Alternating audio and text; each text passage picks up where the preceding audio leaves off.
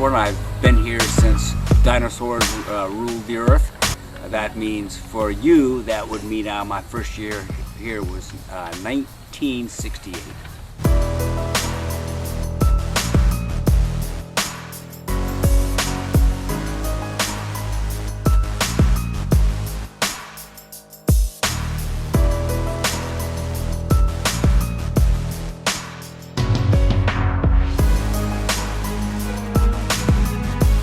Back then, the other science teacher, Mr. Bear, and I were not happy with the way science was being taught even back then. And we wanted to create a place where we could do labs. And so after we would cover a concept or an idea, then we wanted to have the kids, the students, come out and actually have some sort of a hands-on lab. And it's nice to be able to go on a field trip, but the problem is, once you go on a field trip, you spent your money and you have to spend more money to go back to see the change. So we were going to create a place where we could actually go for field trips all the time. And so we kind of came up with a series of plans and went to the principal.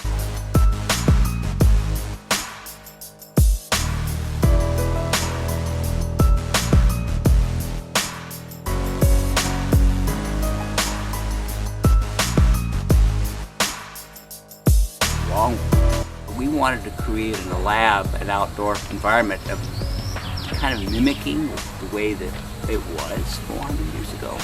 And that's what we did. But you have to realize we started construction in 1969, and you're looking at the fruits of our labor. Because remember, this was just a flat field.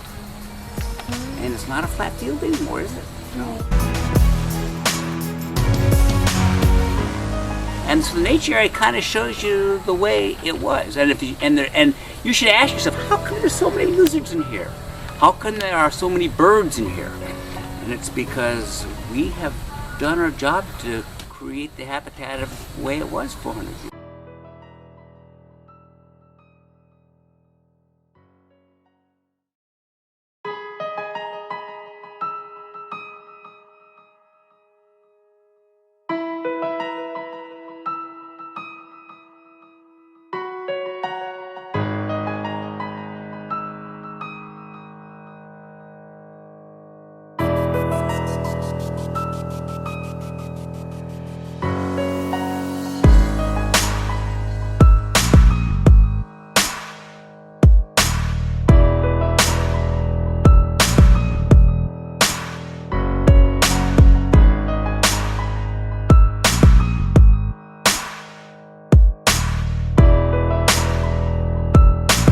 Yes, we have the red-legged frog, and that means you can't have any development in an area where there's red-legged frogs.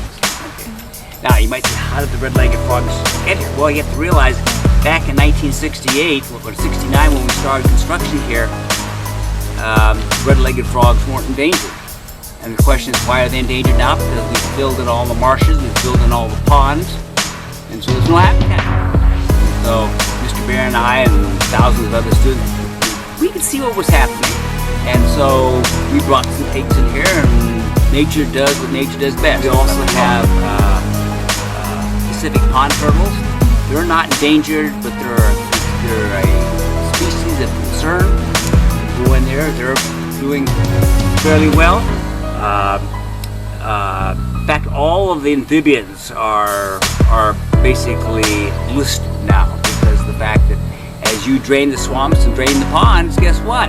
What happens to the habitat? It's gone.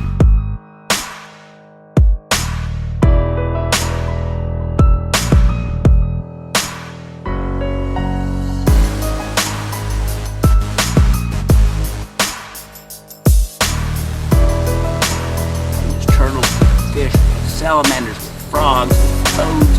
All these things exist because the habitat is just perfect. And some people would say it's not important at all. But the issue is this. You have to know, you have to be exposed to the way it was. Because when you're growing up, you think everyone's got a cell phone, right? Right. Guess what? 20 years ago, no cell phones.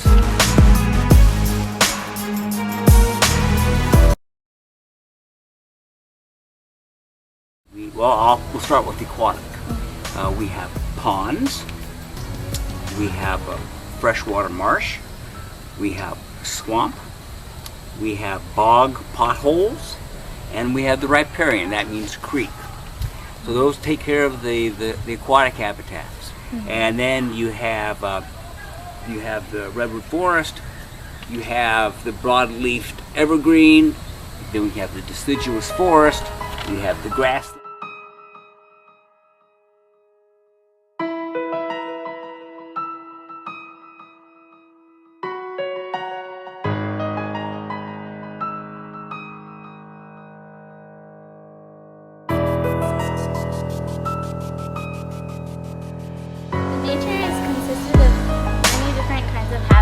This is the redwood forest.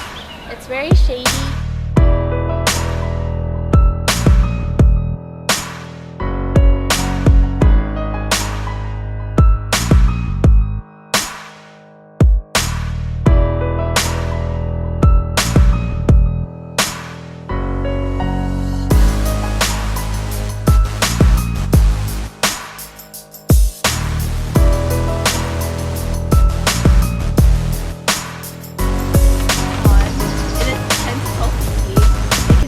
Of fish, ducks, and other animals, and the surrounding it is cattails.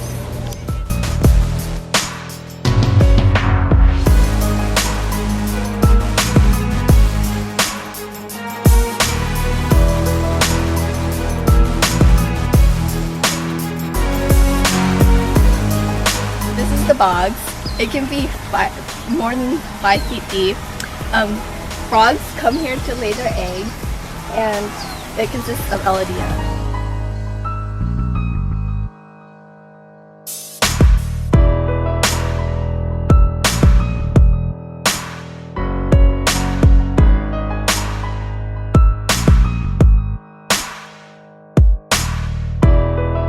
The marsh, it's 5 feet deep in the middle.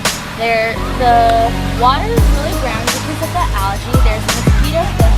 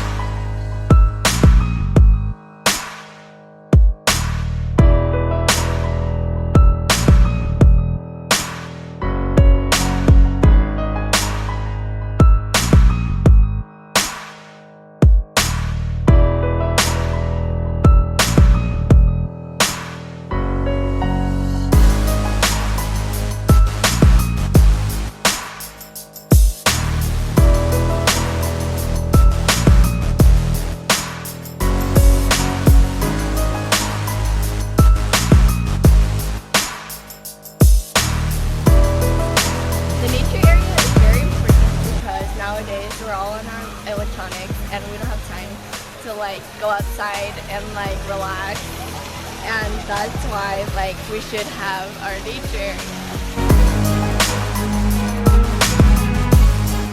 Nowadays there are buildings all over the ground and many animals are endangered or extinct, so we need to protect them.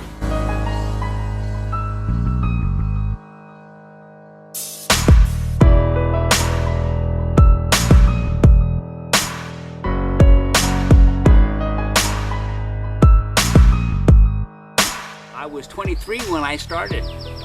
I'm 70 now. You know, and you get more aches and pains, and you can't climb the trees as fast as you used to do all the trimming. Like, who's gonna mow the lawn? So you think someone's going to? Well, who? You know, students are kind of like politicians. They have these grandiose, oh, we're going to do that. Well, the devil's in the details.